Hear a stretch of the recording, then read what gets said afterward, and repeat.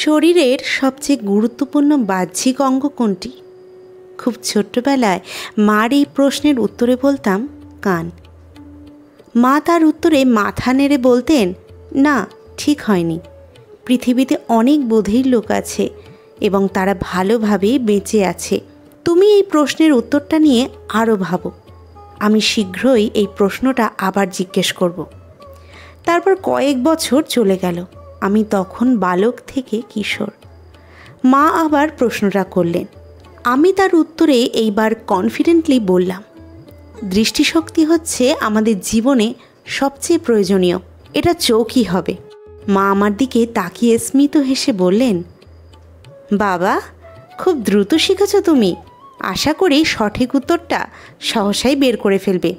তোমার এই উত্তরটি সঠিক হয়নি, কারণ পৃথিবীতে অনেক অন্ধলোক বাস করে, তারা সবাই অসুখী নয়।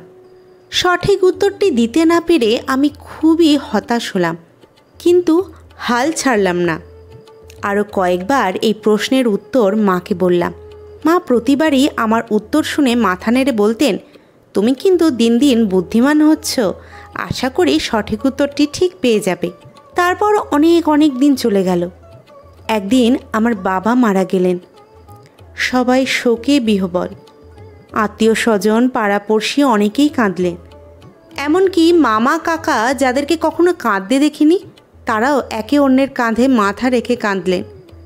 বাবাকে দাহ করে এসে আমি যখন অন্ধকার ঘরে মায়ের সামনে দাঁড়ালাম, মা আমাকে ফিসফিস করে বললেন, তুমি কি এখন বলতে পারবে শরীরের সবচেয়ে গুরুত্বপূর্ণ বাহ্যিক অঙ্গ কোনটি? এমন দিনে এই প্রশ্ন শুনে আমি হতভম্ব এবং কিছুটা বিভ্রান্ত হলাম। মা তা বুঝতে পেরে জল টলমল চোখে বললেন, আমার মনে হয় আজ এই প্রশ্নের সঠিক উত্তরটি বের করা তোমার জন্য গুরুত্বপূর্ণ।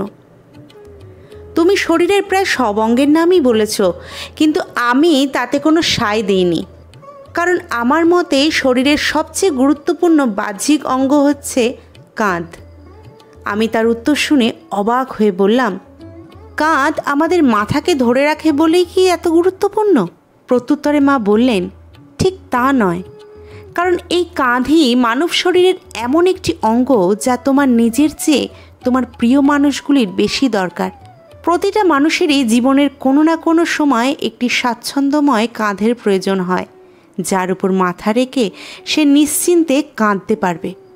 আমি আশা করি তোমার জীবনে প্রয়োজনের দিনে এমন কাঁধের সংখ্যা যেন অভাব না হয়। মা আর কোনো কথা না বলে আমার কাঁধে মাথা রেখে অনেকক্ষণ কাঁদলেন। আমি তার কান্নার মাঝখানে ভাবতে লাগলাম, এই কাঁধই জীবনের প্রিয় মানুষগুলির মাথা বহন করে যখন তারা বেদনা বিধুর হয়ে কাঁদে। এমন কাঁধের সংখ্যা আমার বা আপনাদের জীবনে কয়টি?